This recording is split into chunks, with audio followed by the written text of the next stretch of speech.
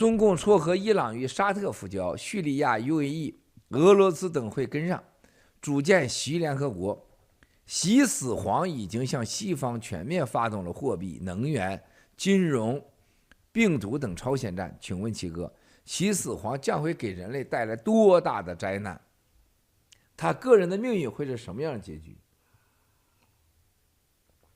我觉得啊，我一直告诉大家了，习一定是突然性的死亡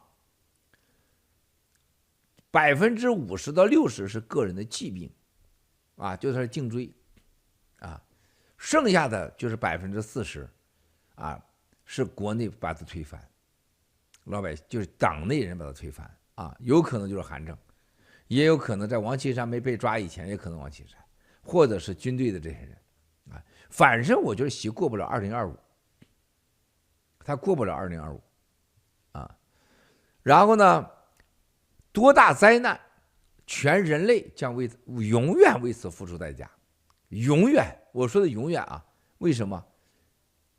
你没法想象俄乌战争，你没法想象中共打台湾，你没法想象10几亿中国人跟全世界为敌。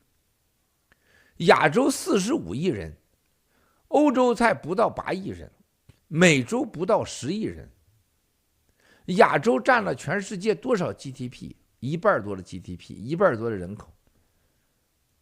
而这个样的一个亚洲大国共产党，把亚洲人、黄皮肤人给推向了世界上敌人那一面，带来多大灾难啊！这个太可怕了。现在在中东啊，现在中东之王就是习死黄。你们不知道，你老待在美国、加拿大、日本，你没感觉。你在中东任何国家说跟习死黄有啥关系，那你就是跟上帝有关系。你说在伊朗有什么概念吗？就伊朗所有的过去啊，就是伊朗我帮过太多人了，过去到中国去做生意的啊，就那些人能认识福建的某个什么副县长说跟习照过一张照片，那都供起来了，都了不得了啊！习现在是中东之王，没有一个国家不想跟他打交道，没有一个国家不想成为他的兄弟的。你们不了解中东文化啊，这个我没办法一一的说。哪天我聊聊中东文化，你会蒙叉的。你们对中东的了解太少了，因为你没跟他打过交道啊。这个灾难不可想象，甚至会毁灭人类的可能性都是有的。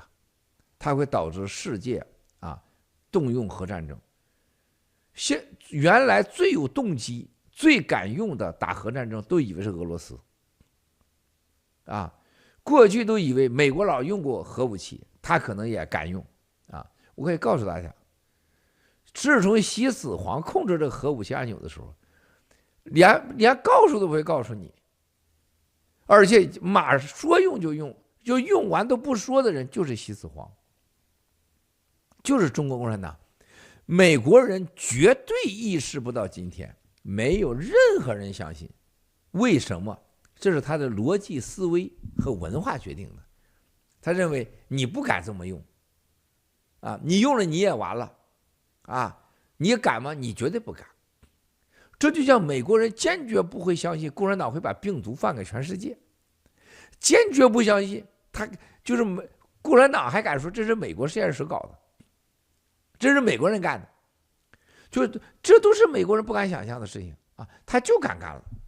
就像美国人做梦都不敢相信8964把坦克车直接从天安门把人给撵过去，他不相信。